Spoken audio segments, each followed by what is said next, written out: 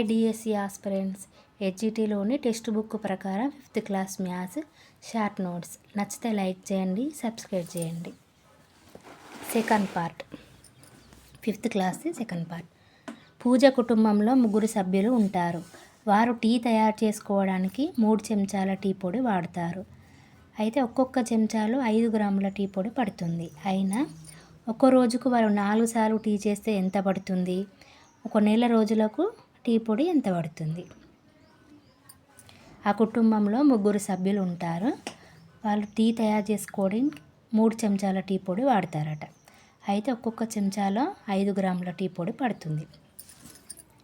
ఒక చెంచాలో 5 గ్రాముల టీ పొడి, అయితే 3 చెంచాల టీ పొడి ఎంత పడుతుంది? 3 × 5 15 గ్రాముల టీ పొడి పడుతుంది.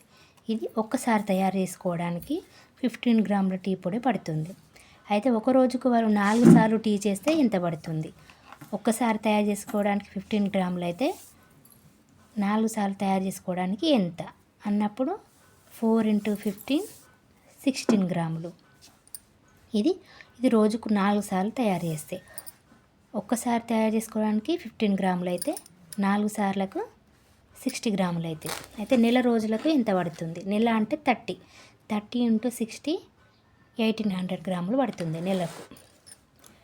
26 కిలోగ్రాముల పాత ఇనుమును 520కి అమ్మాడు. అయితే 1 కిలోగ్రామ్కి ఎంత పడుతుంది? 26 కిలోలకు 520 అయితే 1 కిలోకి ఎంత అన్నప్పుడు 520/26 1 కిలోకు 20 రూపీస్ పడుతుంది.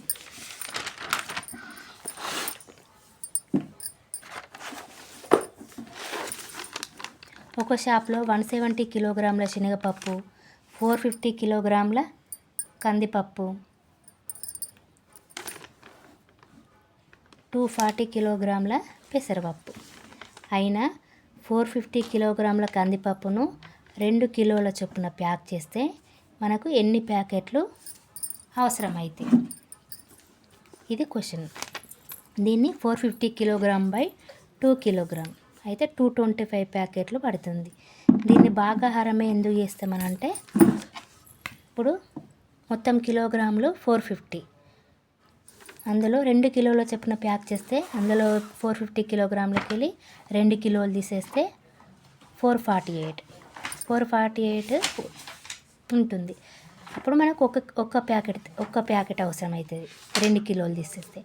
మళ్ళీ 448 నుంచి 2 కిలోలు తీసేస్తే 446, అప్పుడు 2 ప్యాకెట్లు అవుతాయి.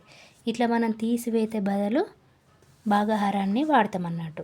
మనం 3rd క్లాస్లో ఇప్పుడు మళ్ళీ తీసివేయదాన్నే భాగాహారం అని అంటారు అని మనం 3rd క్లాస్లో చెప్పుకున్నాం. అదే ఇక్కడ మనం యూజ్ చేసినాం అన్నట్టు. ప్రతిసారి తీసివేసే బదులు మన ఎగ్జామ్ హాల్లో టైం వేస్ట్ అవుతుంది. అందుకనే తీసివేతకు బదులు మనం భాగాహారాన్ని యూజ్ చేస్తాం.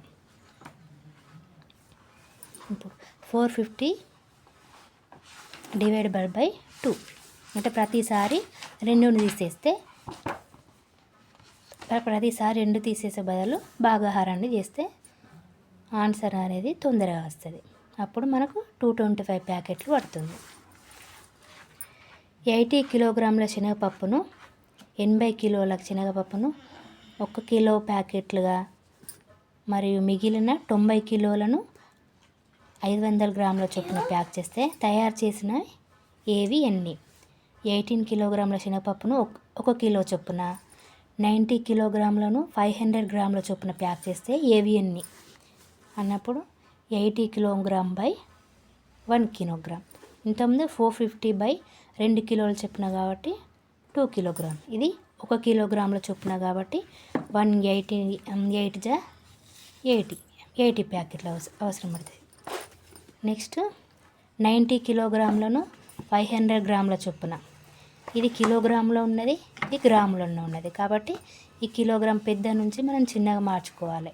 కిలోగ్రాములను 90 కిలోగ్రాములను మనం గ్రాములకు మార్చుకోవాలంటే 1000 తోటి ఇంటూ చేయాలి. ఇది కిలోగ్రాములకు గ్రాములకు మారుతుంది.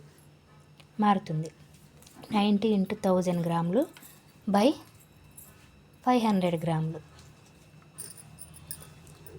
మనం భాగాహారం చేస్తే 180 ప్యాకెట్లు అవసరమైతాయి. కిలోగ్రాములను ఫస్ట్ 90 కిలోగ్రాములను గ్రాములకు మార్చుకోవాలి.